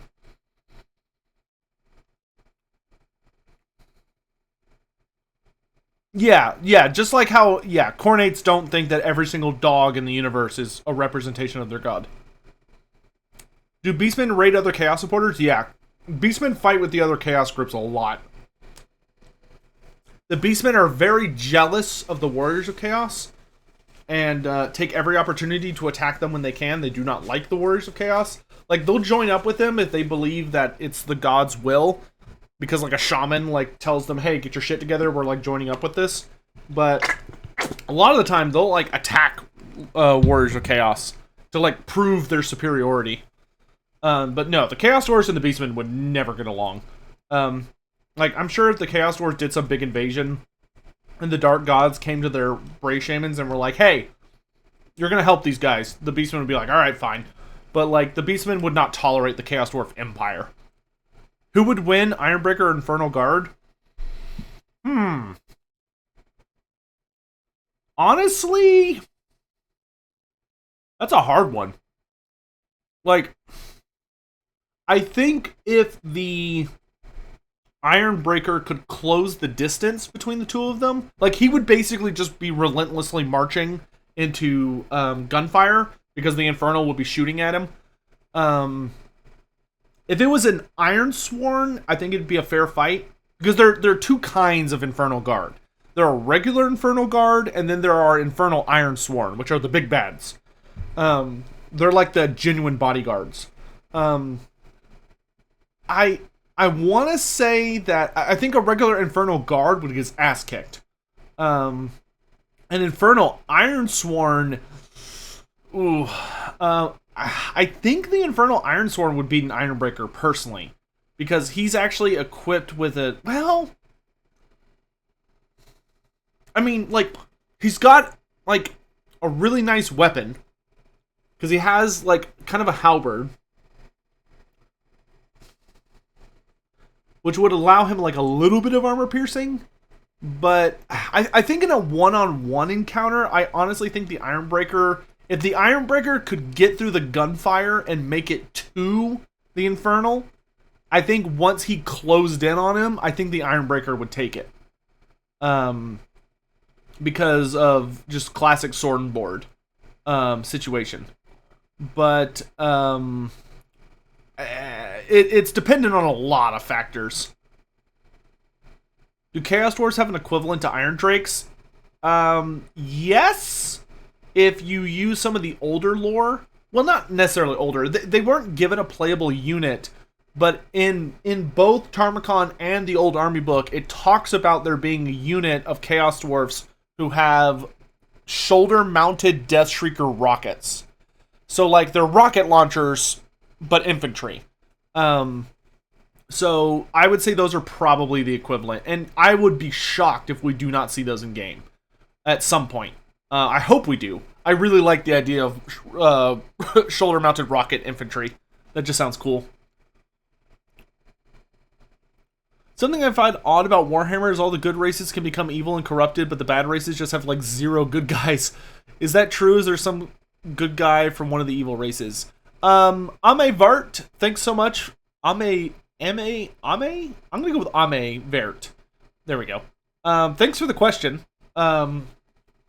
So, there are individuals that exist among the evil races who are not necessarily evil so much as they are selfish, or they are driven to, like, if they accomplish their end goal, they are ultimately evil, but they might not necessarily turn to as evil means as some of their allies. Ame Ver, got it. Ame Ver. So, like, there are Dark Elves who hate chaos more than they desire control or power. So, like, they angle towards dealing with chaos. The Skaven, despite being horrible creatures, have saved the world from Nagash. Like, Nagash nearly wiped out all of life, and the Skaven were the ones that saved everybody. And there are lots of anti-heroes that exist. But generally, the problem with the evil races in Warhammer is that to be an evil race means you generally have to worship a really horrible god. I mean, a terrifying, ugly god. Hey, Dr. Enigma, thanks so much for coming by, my dude.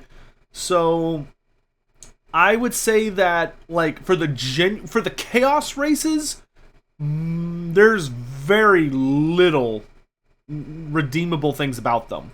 But they literally worship gods who offer you power in exchange for doing just the most horrible shit imaginable. So that's just why there are not good guys among them. However, when you deal with some of the thanks for the lizard trinkets, redeem. When you deal with like races that are bad, there are some good guys among them. Like the vampire counts, there are a number of good guy vampires. Vampires who reject their nature and they focus on being heroes. Those do exist. They're rare, relatively speaking, because the curse of vampirism tends to exaggerate one's features, which often drives people to do bad things.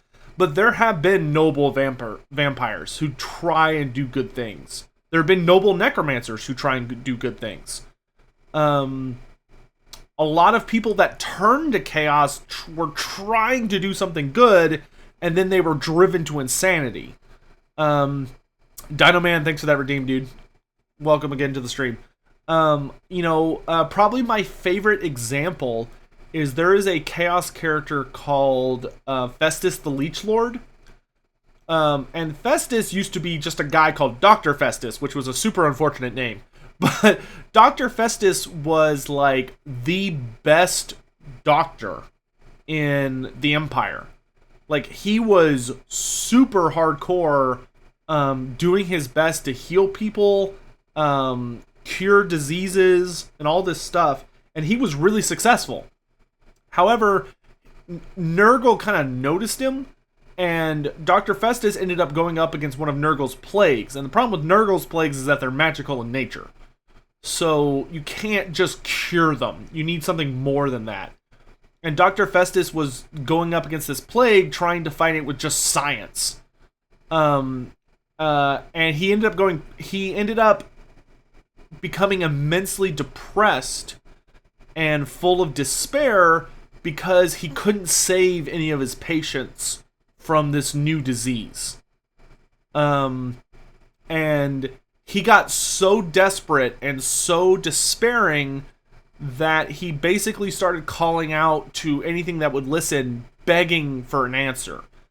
He was just saying, like, I would give anything to tell me how to cure this disease. I would do anything to know how to save these people that I love, like these people in my community and stuff. So he basically cried out to the void. Unfortunately for him, the void answered. So all of the corpses in the morgue that he was working in, or in his space, started like coming alive, kinda. They were still dead, but they were all talking. And it turns out that Nurgle was basically using them all as puppets. And so all these corpses of all these people he knew and was trying to save start getting up and like talking to him, and he's faced with this horrifying, mind-bending situation, and he loses it. He completely loses his mind.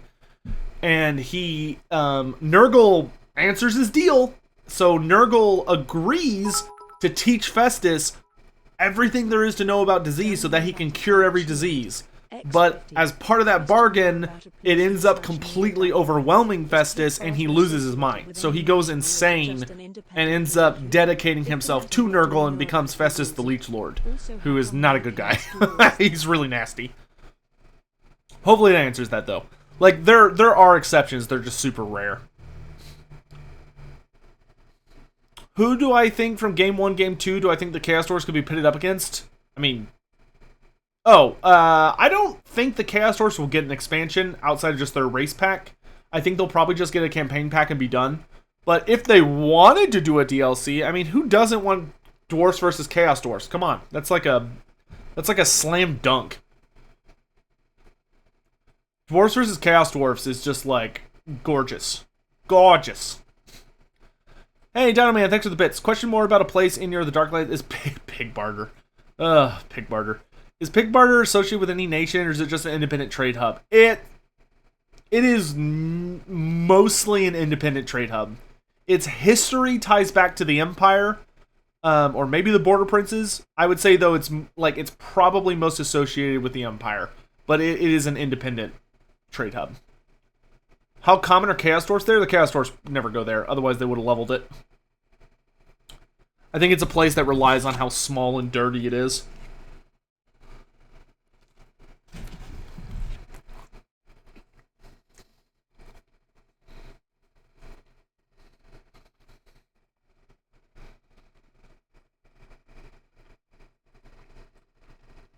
Does Festus appear in any novels? No. Unfortunately. Well, he appears in The Fall of Altdorf, if you count that.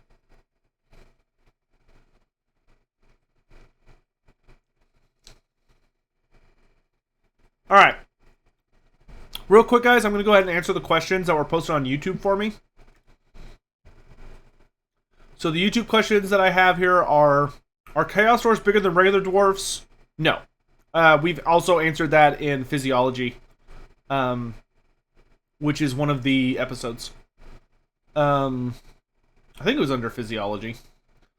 Yeah, pretty sure. Knowledge Spreader asks, if Chaos Dwarfs start with 4 Legendary Lords as a campaign pack, would that lower the chance of a DLC with them and Dawi? Yes, probably. But I don't see how they could not get a campaign pack, especially since they're not the pre-order DLC. Caleb Barnhouse asks, what do Chaos Dwarfs think of dwarves using flying machines like gyrocopters and thunder barges? And between the two, who would hate to travel on a ship more? I think the Chaos Dwarfs would find it fascinating and irritating because they have not invented flying machines. They would probably immediately start to try and one-up the dwarves once they became aware of that technology. I don't think the Chaos Dwarfs have really seen gyrocopters and thunder barges. Just because it's... taking a gyrocopter out into the Darklands would be basically a suicide mission because there's nowhere to land that's safe, and you'd have to bring fuel with you on that trip, and like you're just out in the open. There's nowhere to hide. And there are lots of flying monsters that would take issue with gyrocopters or thunder barges. I just don't see the dwarves doing that unless you're in like a sandbox Warhammer scenario. So I just don't think they've ever seen them, or if they have, it's been very, very fleeting. But they would probably think they were impressive, but like be annoyed at that, and would try to start making their own. As to who would probably hate flying more, I imagine the dwarfs hate it more because it also naggles at like their sense of traditionalism.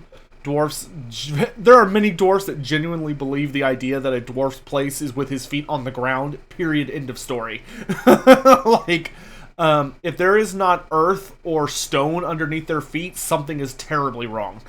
To the extent that if a dwarf likes flying, like is a gyrocopter pilot or a thunderbarge pilot, or if they even like being in the Navy, most dwarfs are like, that dude's pretty weird.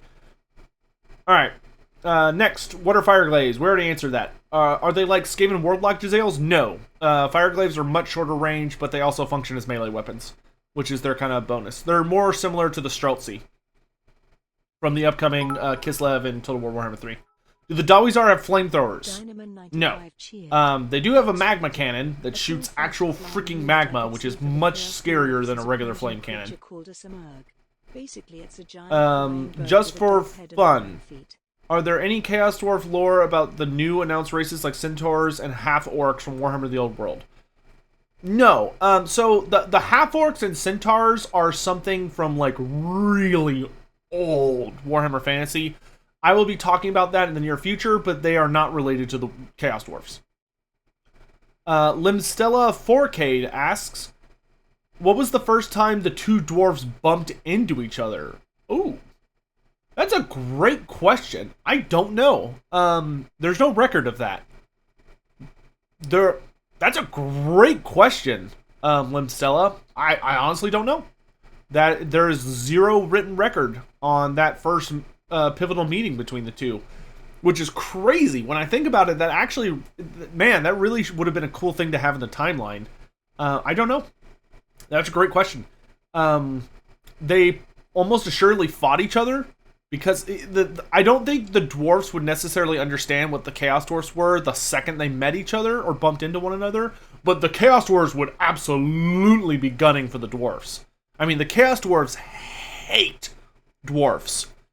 And I imagine the first time they bumped into each other, it was the Chaos Dwarfs attacking the dwarfs, not the other way around. There is no way the dwarfs stumbled on the Chaos Dwarfs by accident. But I am absolutely certain the Chaos Dwarfs started by attacking the dwarfs. And they may have even destroyed a hold or something. It's entirely possible. Which word would have gotten around about that pretty quick. So, yeah. Great question. Fantastic question. Katharina Doet Nieto. Are there any major Skaven cities or underground networks under the Darklands that the Chaos Dwarfs know of? Yeah, the Chaos Dwarfs are aware of, like, the fact that the Skaven are swarming around the place. And I believe they are aware of the Skaven tunnels, but trying to keep up with Skaven tunnels is impossible because they're always making new ones and old ones are collapsing constantly. So, they don't seem terribly worried about it, but to my knowledge, the Chaos Dwarves do not know about the only major Skaven city in the Darklands, or right on the edge of the Darklands, which is, of course, Clan Rictus's home. Which I am drawing a huge blank on what it's called.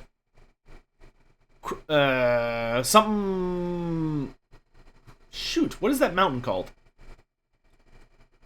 Crookback Mountain. Crookback Mountain, yep. And then the last question from the YouTube comments. Face Octopus. Did the Hobgoblins that betrayed the Greenskins Uprising regret their choice? No, Hobgoblins were super happy with what they did. As far as they're concerned, they went from being regular slaves like everybody else to being the top dog favored slaves that got to bully everyone else. To them, it was a massive upgrade. They're idiots. Do the same demons tend to find themselves bound to the Dawizar's machines over and over again? Probably not. I imagine once, like, maybe? I'm sure if a demon was, like, obsessed with getting revenge on the Chaos Dwarfs and kept trying to attack them somehow, then yeah, he probably gets trapped a lot. But I imagine the answer is no. Because you have to remember, the Chaos Dwarves don't think about how the demons feel about it. They don't care. So pissing off more demons doesn't bother them. Do they try and get their true names? Yes. When Chaos Dwarfs are attempting to deal with demons or like capture them and stuff, knowing a demon's true name is a huge amount of power over them. If you know a demon's true name, you have complete power over that demon. There is nothing a demon is more terrified of losing than their true name. If the Chaos Dwarfs are able to acquire a true name, that's a massive boost for them. But generally, that is not something they have. If a Chaos Lord buys a Hell Cannon, does he end up on the shit list of the demon that's bound to it? No, I don't think the Hell Cannon would really know who bought it. It's probably just focused on getting revenge against its handlers and escaping. I don't think it worries that much about the army it's a part of. To it, everyone on the battlefield is probably the same. As far as it's concerned, I don't think it worries that much about like someone in particular, who purchased it. All right, and thank you. That's all the YouTube questions. Great. Sort of the Great Horned Rat. Do the Dawizar have any pets? No, not that I've ever heard of. They have mounts.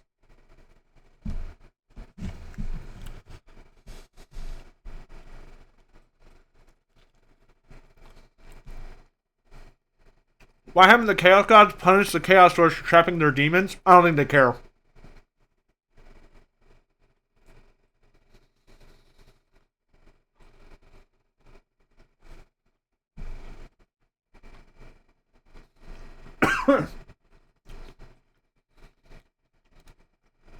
I mean,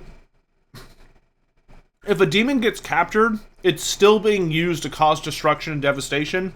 So, like, they're still furthering their god's wishes. So, from the Chaos God's perspective, it's like, whatever. He's still doing his job.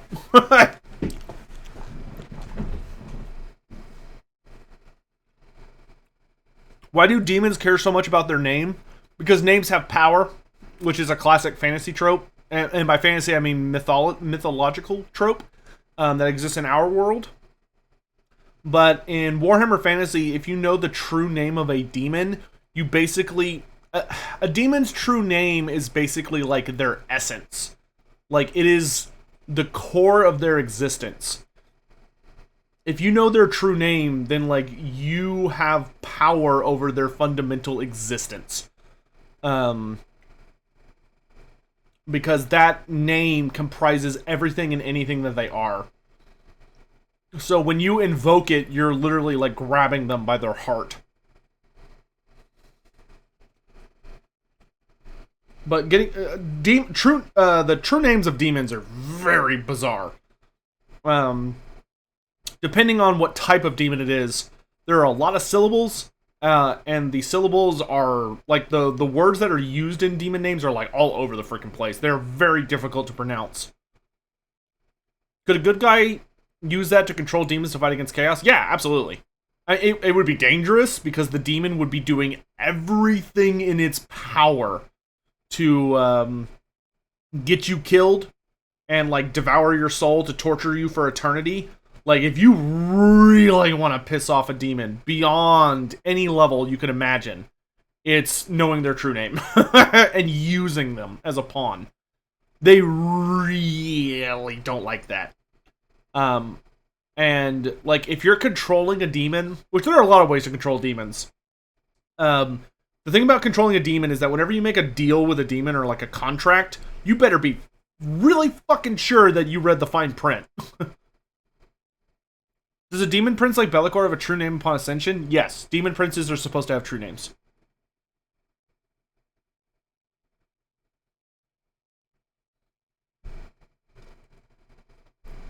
They're demons.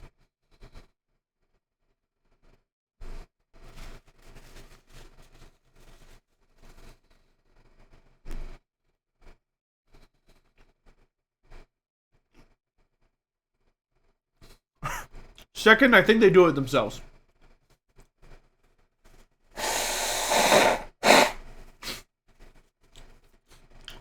No, when a demon ascends, their true name would be... A true name is not the name you had in life. It's the name is not like the way our names are. Your name as a demon is like... how do I describe it? It's like a descriptor of your core. So, like, your name, your true name, basically is a verbal accumulation of everything that you are and ever will be.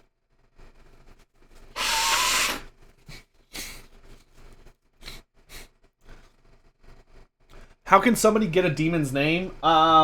Depends on the demon. Some demons... most demons' names is recorded somewhere in existence. Maybe it's on like a random tablet somewhere in the realm of chaos. Maybe it's known to one of the dark gods and they bargain with it to like a champion or something. Maybe another demon figures out another demon's name and pawns it off for something he wants. A lot of demons will like every demon's name is somewhere. And of course they know it, so if you're clever, you can actually get them to give it to you on accident. It's super hard, but you can do it.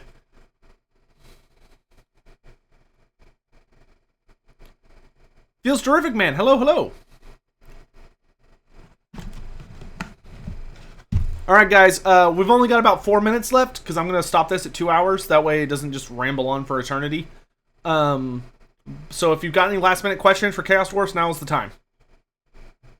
And then I'm going to end the stream and get this all taken care of and get it up on YouTube.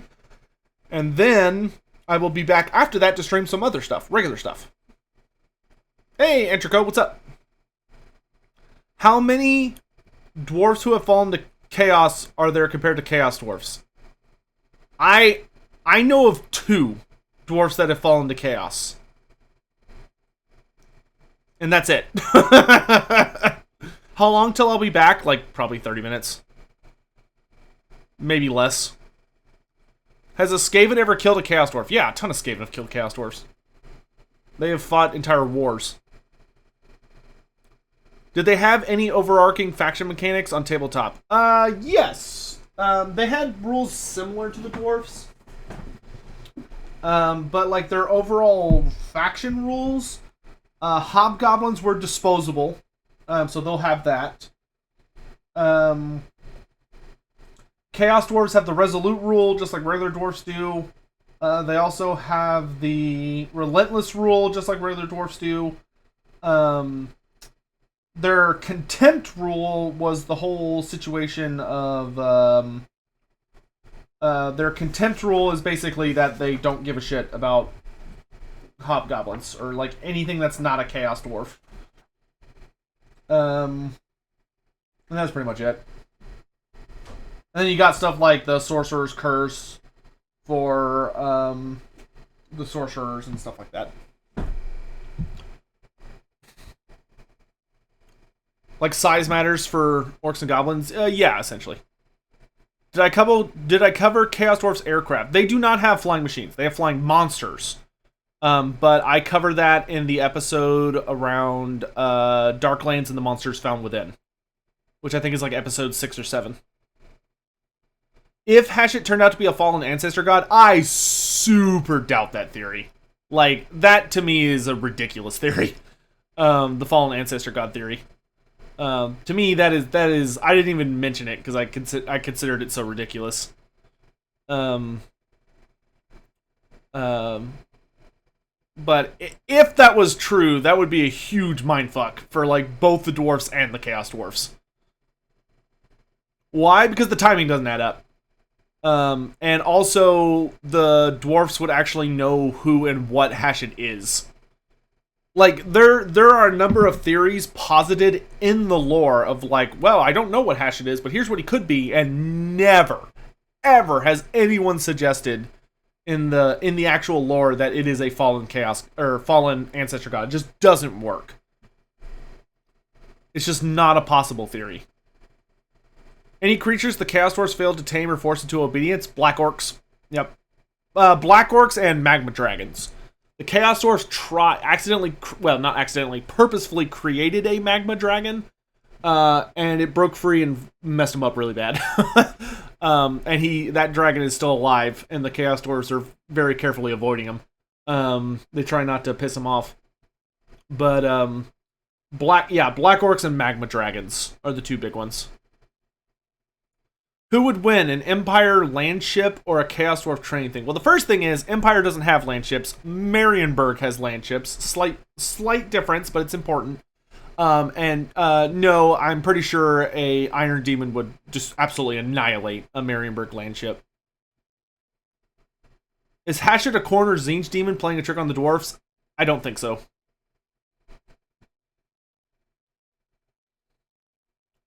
Do Chaos Dwarves still use the same runes as their Western cousins? Kind of. I go over that in the technology section, I believe. Or technology and culture. They use runes, but their runic lore has been very heavily adapted / corrupted by Hatchet.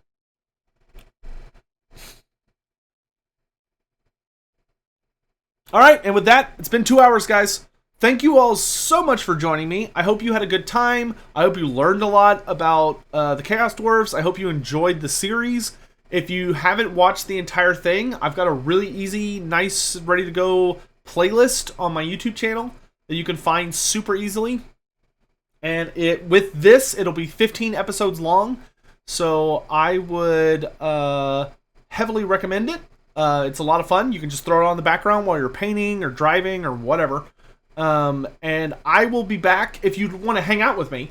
I will be back in somewhere around 15 to 30 minutes. I don't know exactly what I'm going to be doing, but I will be back for something. And I'll see you guys then. So appreciate you all so much for watching. I'll see you guys again soon. If you're not going to be coming back because you have to leave or you're like, whatever, I'm out of here, then thank you for being here. And I hope I see you again sometime in the future. And I hope you all have a lovely day. Bye.